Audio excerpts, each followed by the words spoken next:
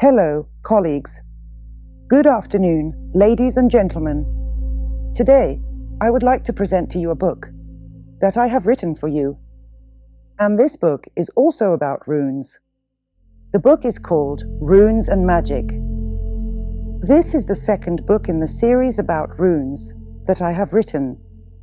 It focuses not so much on the runes themselves, but rather on the world we live in and the way we apply the magical knowledge of runes to it.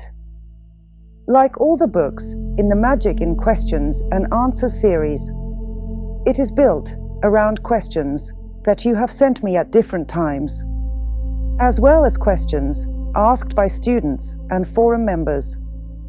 Of course, we could not avoid addressing the question of the world in which magical mastery develops and where it is applied.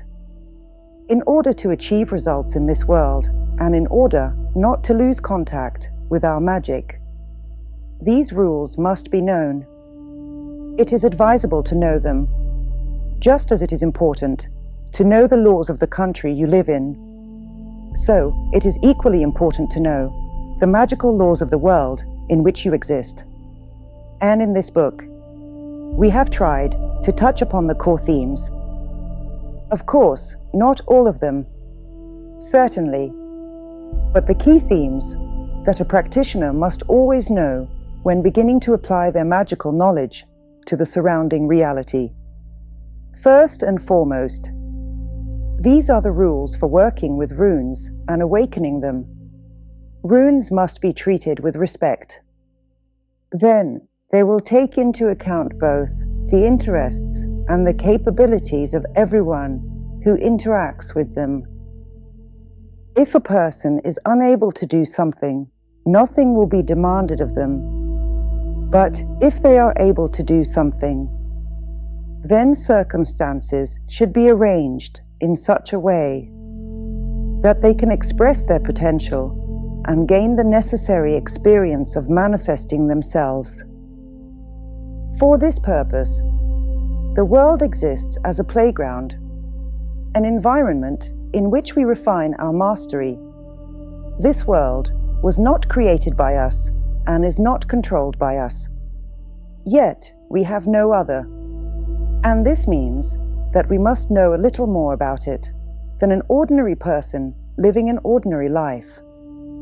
And in this book, we explore such phenomena as egregorial space and egregores, how they control reality, and how they influence human consciousness, whether for good or for ill. What should be done in order not to become an egregorial puppet, a living battery, or a source of nourishment for these greedy egregores? The book explains this briefly yet thoroughly, with examples. The issue of religion, paganism and Christianity, which are antagonistic to each other, is also addressed. It also explains how to attune oneself to magical currents. There are 8 sacred pagan festivities, the Wheel of the Year holidays, and it is precisely during these festivities that such attunement takes place.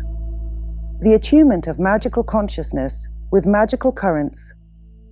And, of course, it also explains the place that a human being occupies within the overall magical connection of worlds, systems, egregores, personalities, consciousnesses.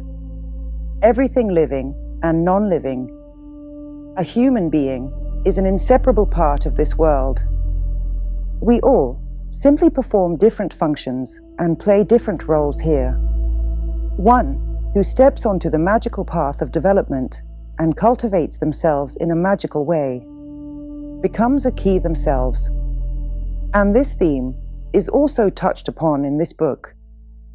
This book, Runes and Magic, I recommend to those interested in magic, not for the sake of fashion, nor in response to the latest trends, but to those who understand that this word is so all-encompassing that it essentially describes everything within their consciousness. desires, needs, interests, feelings, goals and tasks. Everything is contained within this word, and runes are what help open and close magical paths.